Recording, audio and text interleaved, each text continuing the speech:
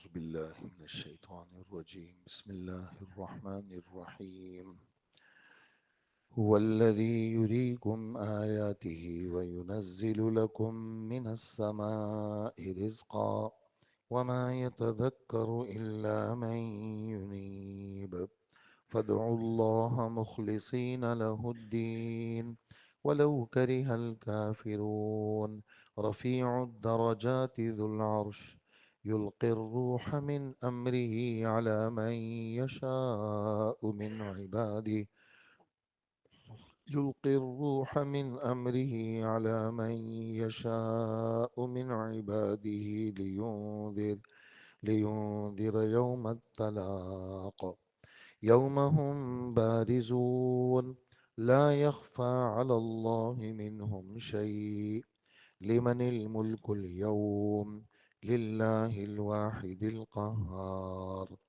اليوم تجزى كل نفس بما كسبت لا ظلم اليوم إن الله سريع الحساب صدق الله العظيم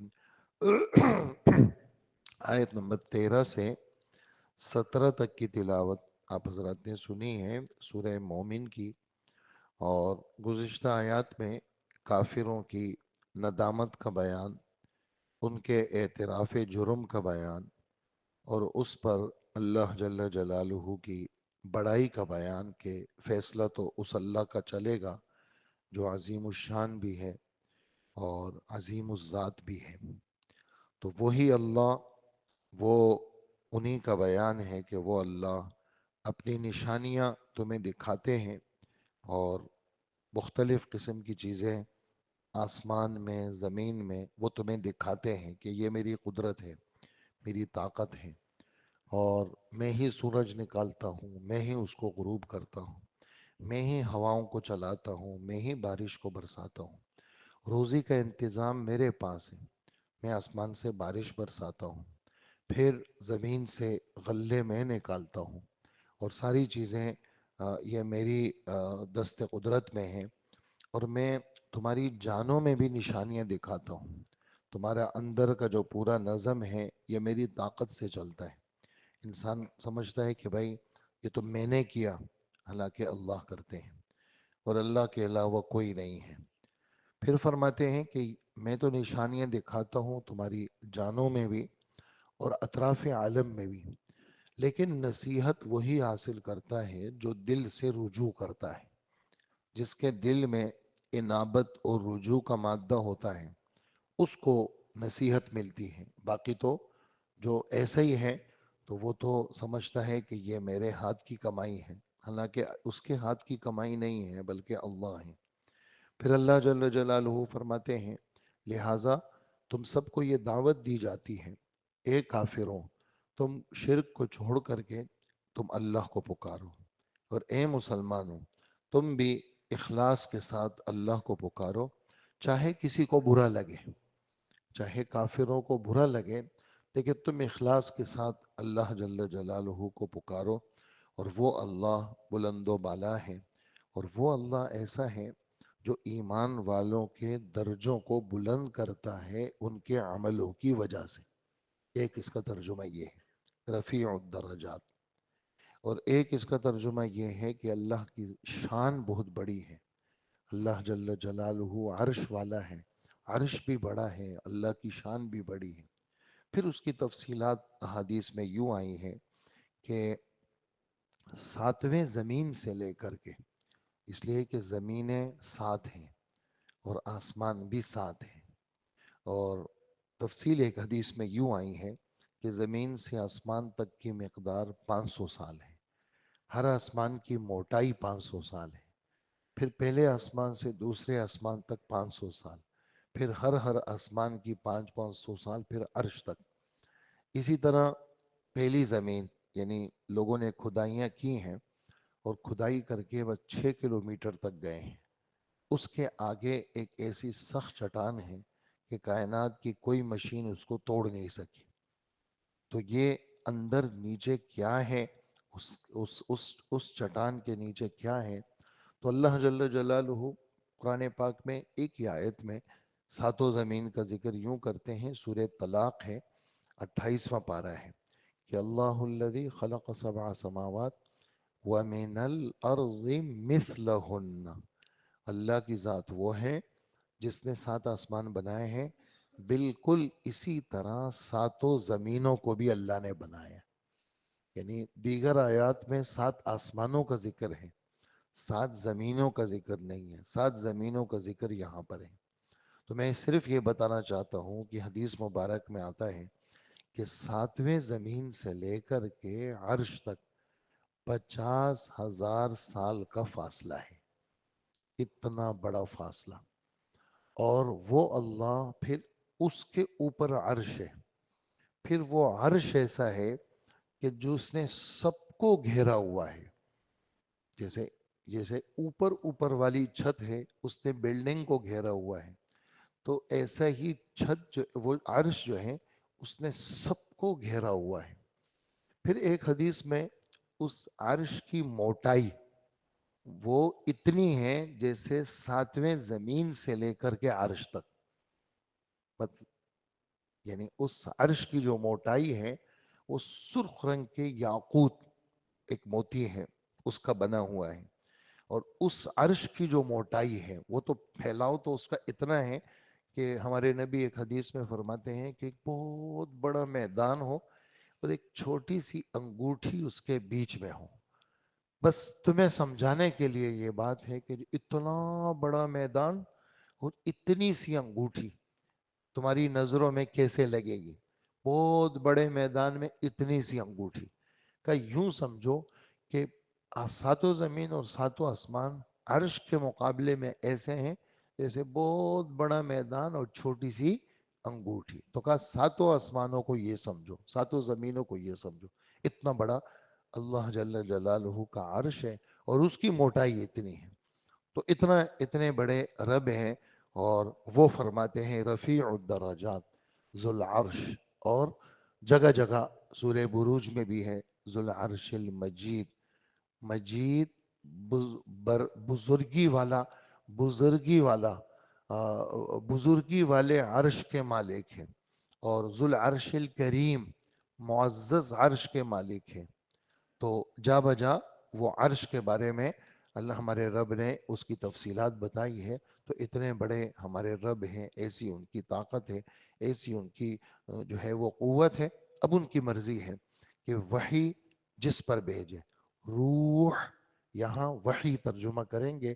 جا بجا قرآن پاک میں آسمانی وحی کو روح سے تعبیر کیا ہے. جیسے روح بدن انسانی کو زندہ رکھتی ہے، ایسے ہی وحی روح انسانی کو زندہ رکھتی ہے. بات واضح ہو رہی ہے؟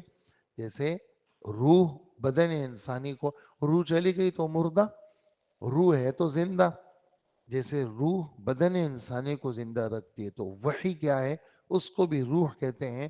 وہ روح انسانی کو زندہ رکھتا ہے، ورنہ روح مردہ ہو جاتی ہے. جب وحی کے ساتھ نسبت مضبوط ہوگی تو یہ روحانیت والا بندہ ہے. اور جب وحی نہیں ہوگی تو جتنا موٹا بدن ہو اس کے ساتھ پاس کچھ بھی نہیں ہے.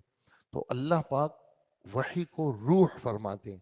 ہماری مرضی ہے ہم جس پر وحی بھیجیں، لیکن اس نبی کے ذمے ہے کہ ملاقات کے دن سے لوگوں کو ڈرائے. ملاقات کا دن، قیامت کا دن. یومت طلاق، تو نہیں تا، طلاق مصدر ہے، ایک دوسرے سے ملنے کا دن. اور کل قیامت کے دن پہلا سور پھونکا جائے گا، پھر سب لوگ مر جائیں گے. دوبارہ سور پھونکا جائے گا، سب لوگ زندہ ہوں گے.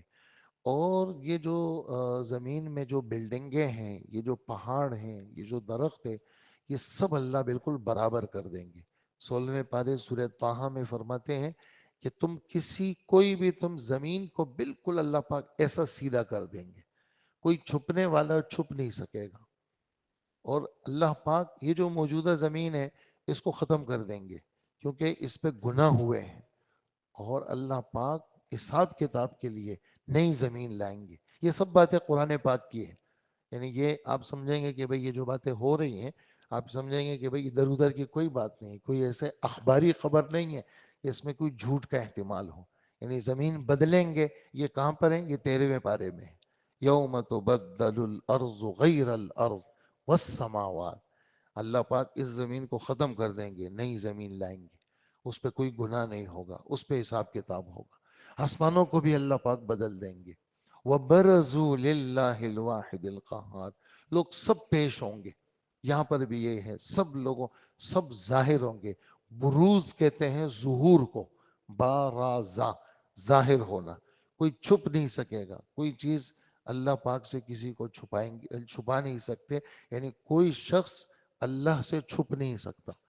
اور پھر اللہ پاک اعلان کریں گے کہ کس کی سلطنت ہے آج؟ تو کوئی جواب دینے والا نہیں ہوگا. یہ کب فرمائیں گے اللہ پاک؟ جب پہلی دفعہ سور پھونکا جائے گا اور اس کے بعد جب ساری مخلوق مر جائے گی، جبرائیل علیہ السلام اور اسرافیل علیہ السلام، میکائیل علیہ السلام، کہ اسرائیل کون بچ گیا؟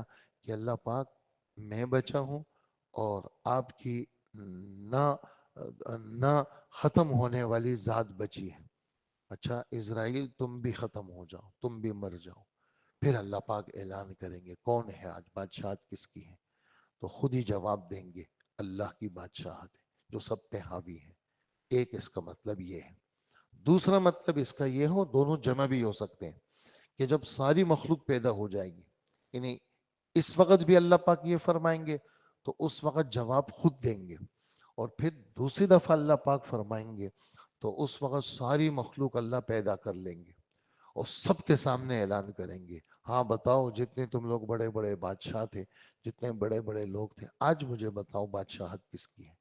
تو سب لوگ بیک وقت زبان سے کہیں گے آپ کی بادشاہت ہے جو ایک ہے، وہ سب پہ حاوی ہے. تو آج کے دن میں سب کو پورا پورا بدلہ ملے گا اور کسی پر کوئی بھی ظلم نہیں ہوگا. اور اللہ جل جلالہ جلدی جلدی حساب لینے والے اللہ کی ذات ہے. تو یہ قیامت کی ایک منظر کشی ان آیات کے اندر ہے. تو کبھی اللہ کے پاک کی بڑائی، کبھی رسالت کا بیان، کبھی قیامت کا بیان، کبھی جنت کا بیان، کبھی دوزخ کا بیان، تاکہ ایمان والا وہ اللہ کے ساتھ اور ان غیب کی چیزوں کے ساتھ اس کا دل جڑا رہے اور ادھر ادھر وہ بھٹک نہ سکے. یہ ان آیت کا خلاصہ جو آپ کی خدمت میں پیش ہوا. تو اللہ پاک فرماتے ہیں هو الذی یریکم آیاتہ، وہی اللہ ہے جو تمہیں اپنی نشانیاں دکھاتا ہے، تمہارے لیے آسمان سے رزق اتارتا ہے. اور نصیحت تو وہی مانتا ہے جس کے دل میں توجہ ہو، انابت ہو، جو دل سے رجوع کرے. لہٰذا اے لوگوں، اللہ کو اس طرح پکارو تم کہ تمہاری تابعداری خالص صرف اللہ کے لیے ہو، چاہے کافروں کو کتنا ہی برا لگے برا. ہم تو سجدہ نہیں چھوڑیں گے، ہم تو اطاعت نہیں چھوڑیں گے، ہم تو ظاہر میں بھی شریعت کے تابع اور ہم تو باطن میں بھی شریعت کے تابع. کسی کو برا لگے تو لگے، ہم تو مذہب کو نہیں چھوڑیں گے. تو فرماتے ہیں وہ اونچے درجوں والا عرش کا مالک ہے. تو دو مطلب میں نے بتائے، ایک تو ایمان والوں کے درجوں کو بلند کرنے والا، رفیع الدرجات، رافع الدرجات. اور دوسرا مطلب وہ خود بلند درجے والے عرش کا مالک ہے.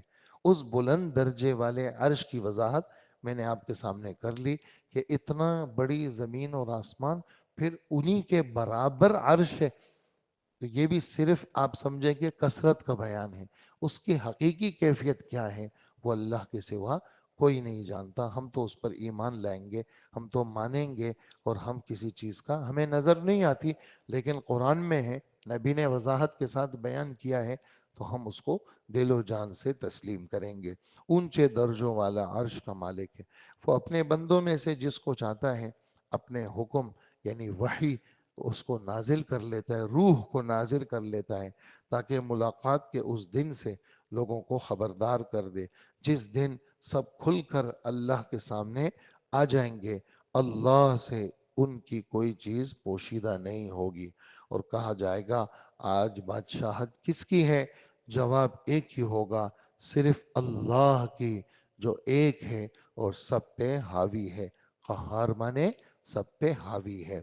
اور آج کے دن ہر اس شخص کو اس کے کیے کا بدلہ دیا جائے گا. آج کوئی ظلم نہیں ہوگا. یقیناً اللہ بہت جلد حساب لینے والے ہیں. آیت نمبر 17 تک کی وضاحت ہو گئی۔ اللہ آگے بھی آسان فرمائے۔ الحمدللہ رب العالمین۔